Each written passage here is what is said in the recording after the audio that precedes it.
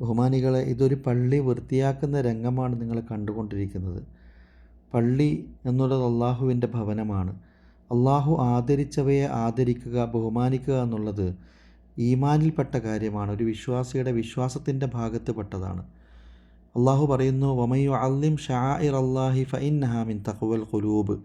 ആരല്ലാഹുവിൻ്റെ ചിഹ്നങ്ങളെ ബഹുമാനിക്കുന്നുവോ അത് അവൻ്റെ ഹൃദയത്തിൻ്റെ തഖ്വയിൽപ്പെട്ടതാണ്. പ്രവാചകൻ സല്ലല്ലാഹു അലൈഹി വസല്ലമയുടെ കാലഘട്ടത്തിൽ സ്ഥിരമായി പള്ളി വൃത്തിയാക്കി അടിച്ചുവാരിക്കൊണ്ടിരുന്ന ഒരു സഹോദരി മരണപ്പെട്ടു. രാത്രി തന്നെ അവരെ കബറടക്കുകയും ചെയ്തു. പ്രവാചകൻ അറിഞ്ഞില്ല. പ്രഭാതത്തിൽ അതിനെക്കുറിച്ച് അറിഞ്ഞപ്പോൾ പ്രവാചകൻ സല്ലല്ലാഹു അലൈഹി വസല്ലമ ഒരൽപ്പം പ്രയാസത്തോടെ അതിനെ ആളുകൾ ചെറുതായി കണ്ടതിന് ദുല്ലൂനിയ ഖബറഹ, അവരുടെ ഖബറിനിക്ക് അറിയിച്ചു തരിക എന്ന് പറയുകയും ആ ഖബറിൻ്റെ അടുക്കൽ പോയി മയ്യത്ത് നമസ്കരിക്കുകയും ശേഷം പ്രാർത്ഥിക്കുകയും ചെയ്തു. അവരെ ആദരിച്ചു. അഥവാ പള്ളിയെ ബഹുമാനിച്ചിരുന്ന ഒരു സഹോദരി എന്ന നിലയിൽ ആ ആദരവ് റസൂൽ സല്ലല്ലാഹു അലൈഹി വസല്ലം പ്രകടമാക്കുകയുണ്ടായി. മറ്റൊരു നിർദ്ദേശം കാണാം. അമറന റസൂലുള്ളാഹി സല്ലല്ലാഹു അലൈഹി വസല്ലമ അൻ നത്തഖിദൽ മസാജിദ ഫീ ദിയാരിന വ അമറന അൻ നുനള്ളിഫ മസാജിദ്. കുറച്ച് വീടുകൾ ഒരുമിച്ച് കൂടുന്നിടത്ത് പള്ളി ഉണ്ടാക്കുവാനും അവിടെയുള്ള പള്ളിയെ വൃത്തിയാക്കുവാനും പ്രവാചകൻ സല്ലല്ലാഹു അലൈഹി വസല്ലമ നമ്മോട് കൽപ്പിച്ചിരിക്കുന്നു എന്ന ഹദീസിൽ കാണാം.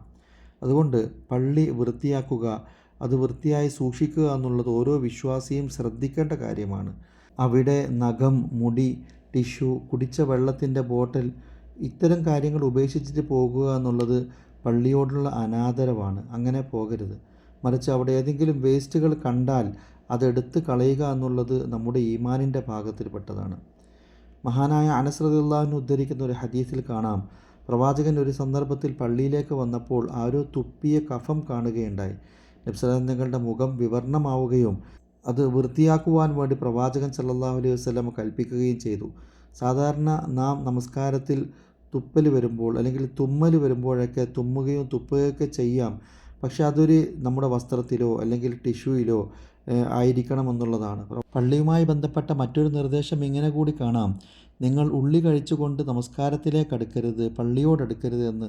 അഥവാ വായിൽ ദുർഗന്ധമുണ്ടാകുന്ന ഉള്ളി കഴിച്ചുകൊണ്ടോ അല്ലെങ്കിൽ ചില ആളുകൾ സിഗരറ്റ് വലിച്ചുകൊണ്ട്, ദുർഗന്ധമുള്ള ബനിയൻ ധരിച്ചുകൊണ്ട്, എണ്ണ ഉപയോഗിച്ചുകൊണ്ടൊക്കെ ചില ആളുകൾ പള്ളിയിലേക്ക് കടന്നു വരാറുണ്ട്. വിശ്വാസികൾക്കത് പ്രയാസമുണ്ടാക്കുന്ന കാര്യം കൂടിയാണ്. അതുകൊണ്ട് ഇത്തരം കാര്യങ്ങൾ പ്രത്യേകം ശ്രദ്ധിക്കുക. റബ്ബ് ആദരിച്ചവയെ ആദരിക്കുന്നവരുടെ കൂട്ടത്തിൽ നമ്മെ ഉൾപ്പെടുത്തി അനുഗ്രഹിക്കുമാറാകട്ടെ.